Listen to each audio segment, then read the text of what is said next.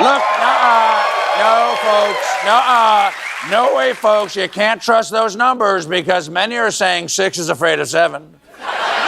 Because, I don't know if you know this, 7 ate all the cats in Springfield, Ohio. It happened. No, that's what 7 did.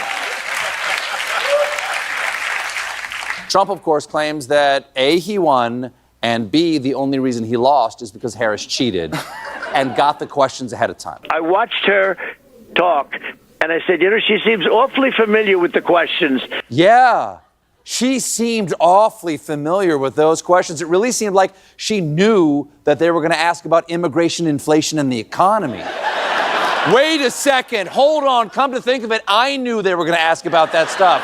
Oh, my God. Did I collude with ABC News? Is it possible David Muir is hiding under my desk right now? And if so, stay down there, David. You're too handsome, and I don't want the competition. Son of a bitch. You handsome son of a bitch.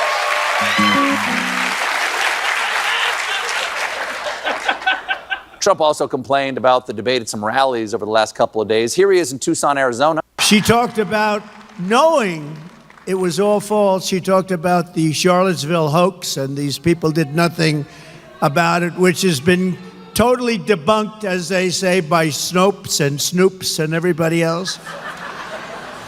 And go look it up. Go to Snoops.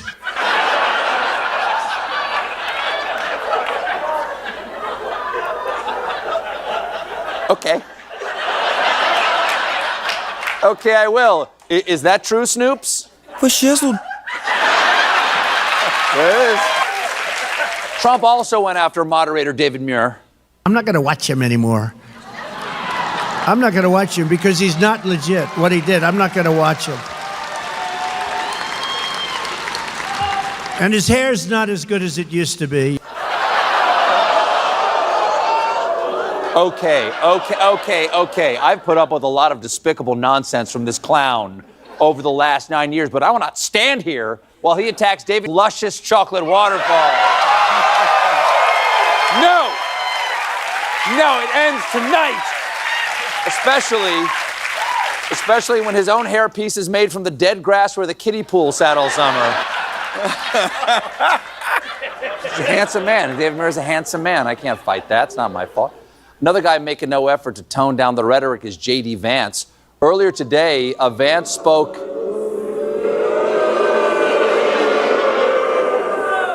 Get it up and out. You'll feel better.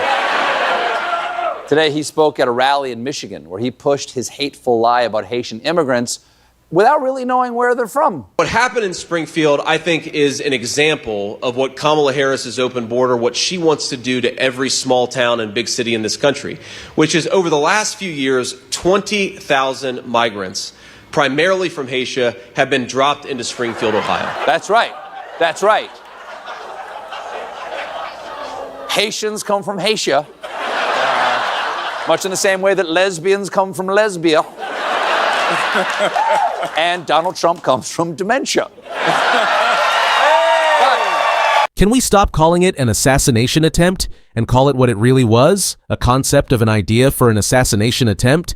The fact that Trump won't even condemn bomb threats against children is pathetic, but it still may not be the worst thing he has ever done. He just admitted he made the Haiti story up. A very dangerous man. The damage and hurt he has caused is unbelievable. Honestly, a guy hiding in a bush with a rifle sounds like a Tuesday in Florida. J.D. Vance can sit on and admit to lying, then justify a lie, even after that lie has put children's lives needlessly at risk. What a monster. The sheer gall of them saying it was because of rhetoric from Harris, when all they do is spread hate towards anyone and everything that disagrees with their lunacy. Makes me sick, J.D. Vance. I have to create stories. So in other words, you tell lies. Springfield needs to sue Trump and Vance for damages.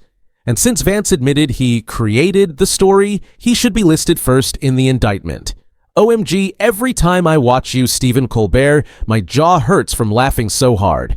Your jokes are out of this world. Your timing is impeccable. Your intonations with a joke is like no one else. Thanks for all the years of laughing and telling the truth in the funniest way possible. Thank you, Stephen Colbert, and your writers for making this horrible, frightening time a little more hopeful. Combating hate and violence with love and laughter, I am grateful. My heart goes out to the children of Springfield, Ohio.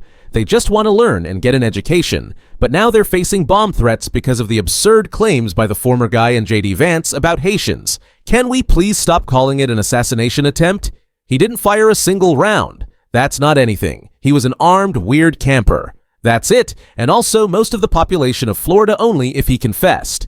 If not, then there is zero evidence for any intent to use the gun. He was just a guy hanging out with a gun otherwise. Not even unusual these days. They will get him for carrying as a convicted felon and having a gun without a serial number. But that's it, barring a confession. Signs of a sociopath. Behavior conflicting with social norms repeatedly pushes the envelope into uncharted territory. Disregarding or violating the rights of others. Insubordinate to any form of authority. Unconcerned in distinguishing between right and wrong. Inability to show remorse, for they have none, void of empathy. Tendency to lie often, repeatedly, automatically. Behaves in a risky, impulsive, dangerous manner.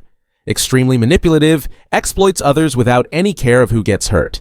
No conscience or guilt, refusal to accept responsibility for their actions, claiming ownership in the success of others. E.D. Vance is even better than Shady Vance. Colbert comes up with all the best nicknames. Nobody names Nick better than Stephen. In all the world, no one has more names, more nicks, and more nicknames. People come to him with tears in their eyes and say, "Sir, please give me a nickname." In a world where men are hard to inspire, I find voting for Kamala Harris as source for my inspiration of a world I gathered my kids in. In a world where men are hard to inspire, Kamala Harris is a spark for half the population to ignite us American men, maybe the world. Aim high. One in a lifetime means when opportunity to heal meets the ongoing confusion in perfect timing. I can see it coming suddenly. Peace. Thank you, Mr. Colbert. For all your monologues, so funny, I can't wait to watch every night.